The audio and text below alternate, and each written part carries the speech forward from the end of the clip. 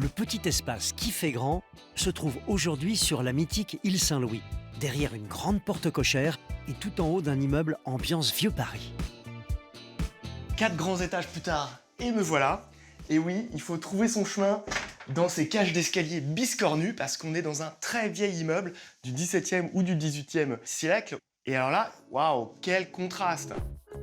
C'est très léché, très propre. Là, on est vraiment dans une pièce à vivre multifonction.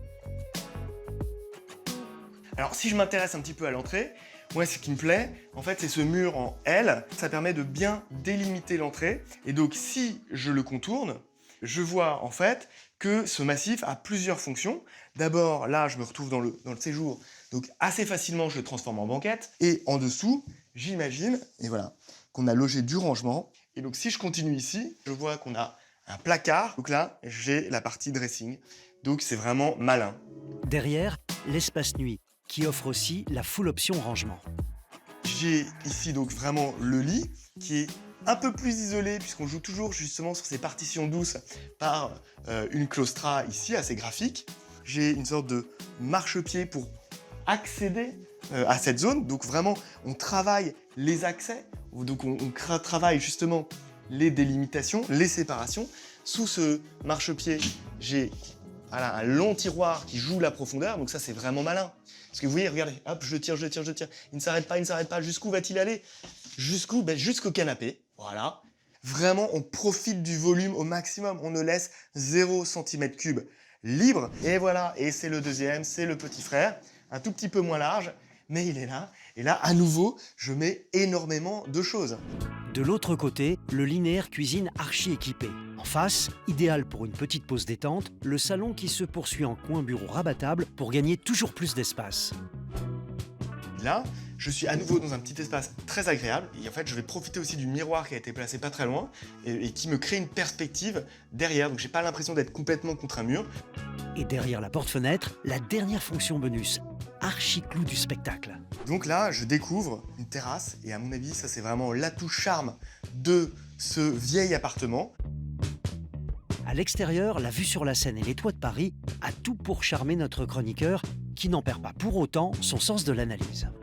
Donc dans un seul volume, on organise la circulation, on délimite les espaces, partitionne, mais de façon légère, c'est-à-dire qu'on ne met pas des cloisons, ce qui fait qu'on n'a pas l'impression de vivre toujours dans le même espace, d'être un petit poisson qui tourne dans son bocal. En fait, là, on a vraiment des zones différentes et on peut parler presque d'un 3 pièces, alors qu'on est dans une seule pièce.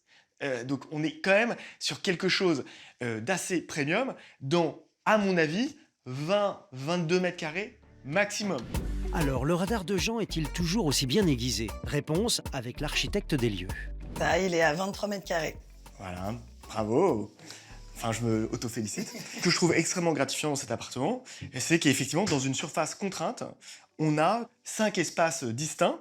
Est-ce que c'était une demande de la part des clients d'avoir autant d'espace? Alors, c'était une demande de leur part, mais c'est moi donc, qui leur ai proposé en fait cette solution, justement pour avoir un espace chambre séparé, un WC bien séparé et avoir ce séjour qui s'articule un peu autour de ce meuble derrière vous, qui en fait va justement créer une séparation entre l'entrée, les WC et le reste du séjour. Est-ce que justement, travailler les circulations, délimiter, est-ce que ça participe à la sensation d'espace?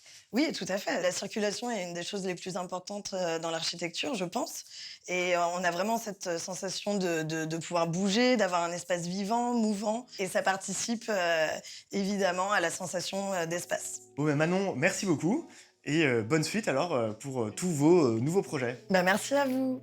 En résumé, ce qu'il faut absolument copier chez Manon est l'utilisation d'un lit estrade pour cacher du rangement en profondeur, isoler les espaces moins glamour comme l'entrée et les toilettes avec un meuble multifonction ou encore jouer avec les miroirs pour décloisonner un bureau face au mur.